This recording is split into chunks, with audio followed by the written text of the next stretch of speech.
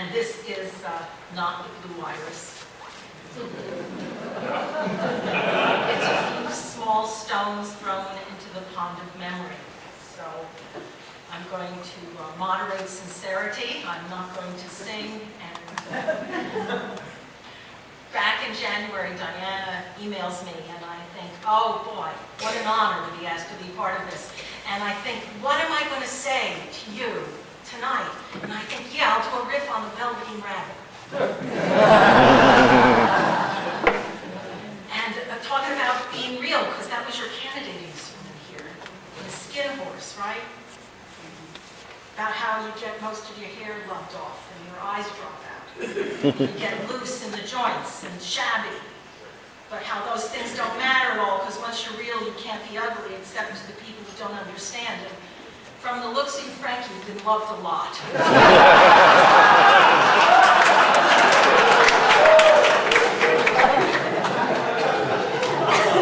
And I think you've been loving a lot of folks here, too, because we've all gotten a little older. So, okay, so now it's May, and I'm planning this, and it occurs to me, because I've spent some time with you over the years, that you'll probably do that in your closing sermon. Book it into life. So I call up Ed a few weeks before your sermon. He says, well, yeah, I had to ask Frank what he was going to do. This is all behind the scenes stuff, friends. So it's what he's going to do, and because I have to figure out the music, and yes, you're going to do the Velveteen Rabbit and some other things. But Ed said he'd call me on Monday to tell me, what you said. So it's June 10th, and I'm already hearing from people how amazing last Sunday was.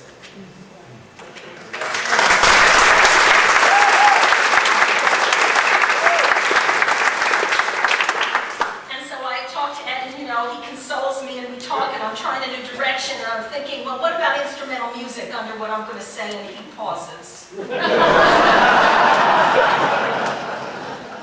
And you know what happens when Ed pauses? He gets quiet on the phone. He takes a breath, and then he says, well. Really, he's been your work wife for 29 years. So the two of you, partners for a long time. And I know Ed some, and while in the middle of that, I do a 180, and I say, forget it. So then the next day, Diana sends me the program, and I'm looking at the presenters, and she's asking Deborah and me for titles. And Deborah's doing wisdom from you and your friends, and I'm thinking, oh God, will no stone be unturned? So I emailed her, and I say, leave me Ruth. You gotta leave me Ruth. And the truth is, I've been thinking of Ruth for a long time. You know Ruth Cordier. I don't know if you know this, friends. Some of you must. People couldn't stand me. You stood me. Maybe because you stood me, I'm more standable. And you stood it, Frank. Ministry and congregational life, 29 years and more. You stood us, Frank. I'm speaking now as one in the pew. You stood us. You stood beside us at the grave, in the garden. You stood up for us, and you sat and you listened to us. And you stood up to us, too, from time to time. And we knew where you stood. And you stood the love, and the loss, and the hope, and the disappointment. And Sunday after Sunday, you stood in that pulpit, in your pulpit, and you preached out your understanding. You understood us, and you helped us understand ourselves as real people, not as faintly saintly people, but real human beings. And you listened to us when we couldn't stand it, each other, ourselves, this world. You understood us, and maybe because you understood us, we are more understandable to ourselves. And maybe our lives are just a little more standable to you. And we have to stand it, Frank, now I'm speaking as your colleague, ministry. because when we can stand it, others can stand it too. And now you, and Deborah, and Ed, and all of you, and Frank, you're going to have to stand it some more. You're going to have to stand this pardon. And it's that end of the book, Frank, that makes the rabbit really real. Not just to the boy, but it's his tear and the magic fairy that makes him real to the whole world. And he thinks back to the skin horse. What use is it to be loved if you lose your beauty and you become real and it all ends like this? But that's what fills in his whole humanity. I tell you, Frank, it has always been good for me to know that you were down the road when I was in Rhode Island, down 95 or down Route 7. Always good for me to know you were here. So, as you and Westport begin your new roads, here's a little small stone from me. The last stone in the park for me. May the road rise to meet you. May the wind always be at your back.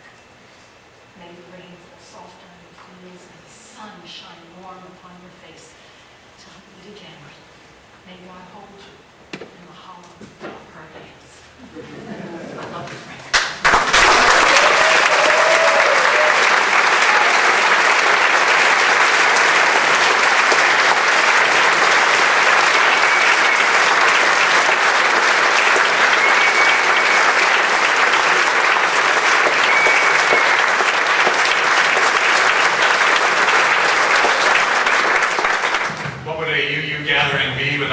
Congregation reading. I'd like to call up the transition committee. If you'd all turn to the back of your programs, we'll see any reading we're going to be doing with them to welcome Frank officially as our Minister Emeritus.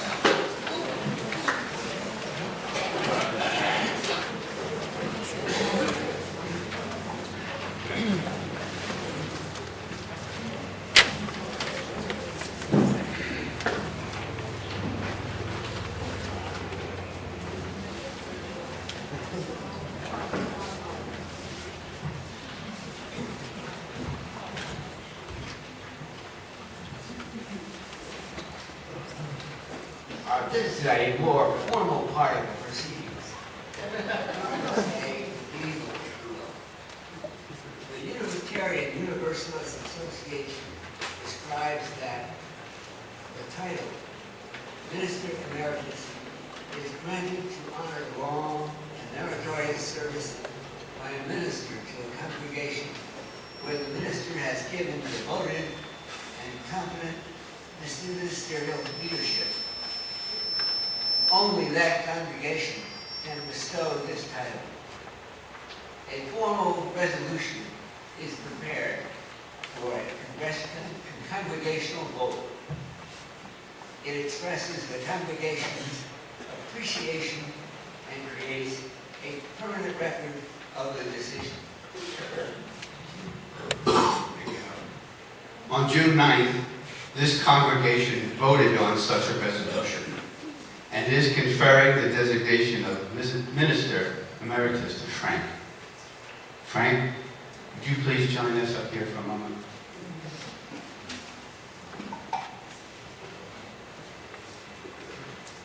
And would the congregation please turn in your program to the section Bridging to Minister Emeritus and join me as we say together. As resolved at the annual meeting of the congregation this year, in recognition of your 29 years of dedicated service as our senior minister, your prolific power from the pulpit, your invaluable spiritual leadership, and the indelible imprint you made upon the life of our congregation, we, the congregation of the Unitarian Church in Westport, with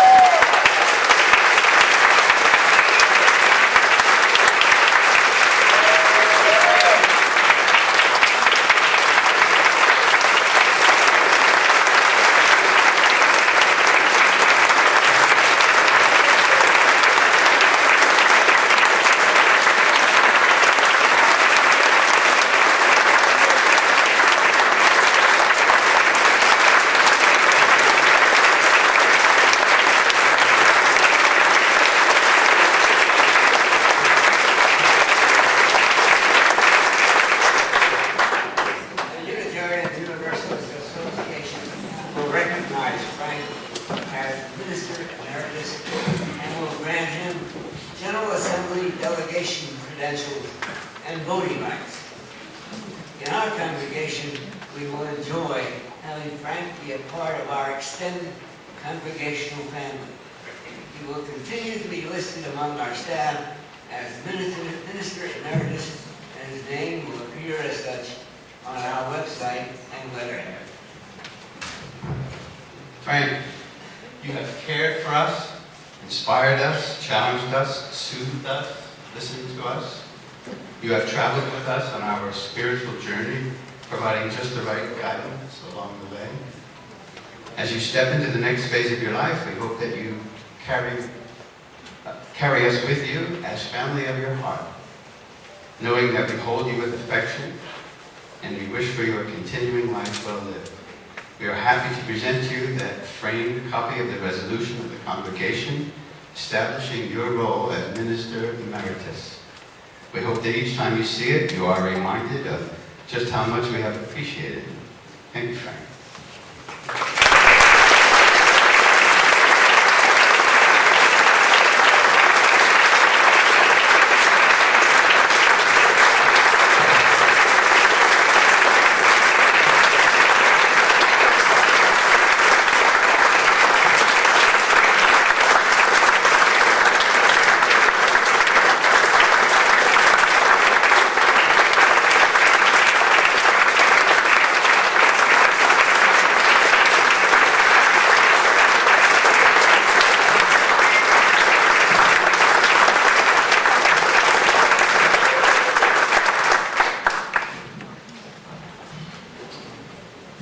30 years ago, when Frank was called to this congregation, he was brought down here, and the congregation sang, "Consider yourself at home."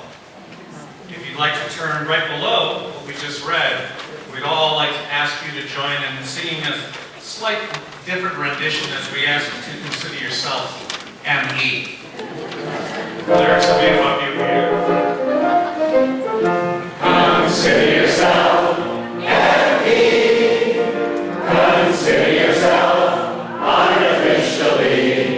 We've worked on it all year long, and now we're telling you in the song. Consider yourself, your friends. Consider us all very appreciative. We know that you don't like fuss, but we're glad you're Emeritus. If it's a chance to be, we should see you now and then. Who knows how or when we'll see. And if by chance you might visit us to preach again, don't forget the poetry. Consider yourself and me. We knew it was meant to be. We counted up the votes, it was unanimous. Consider yourself Emeritus.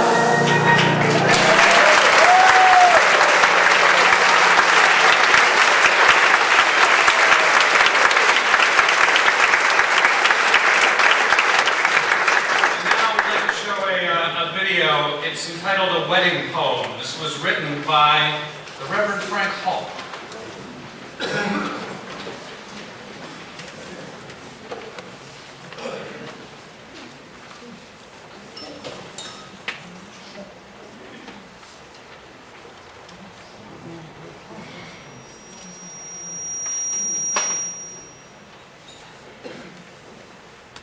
One beautiful Saturday afternoon.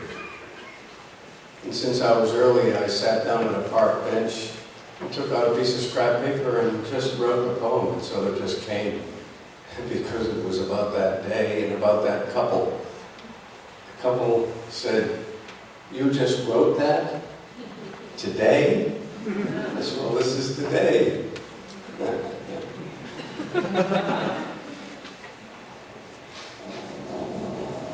A wedding poem. The gods got together to make this day happen.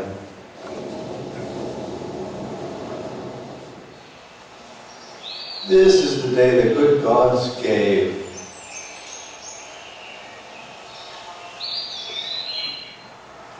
They painted white cloud puffs across the blue autumn sky.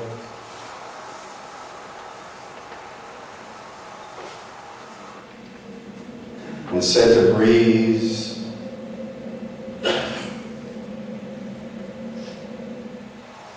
They dropped sweet-scented promises and late-blooming roses. They mixed memories in an ocean of dreams. And scattered renewed hope across the sky. They turned loneliness inside out, stuffed it into an old black hat, and love leaped out laughing. Singing away the pain as dreams danced on top of the day.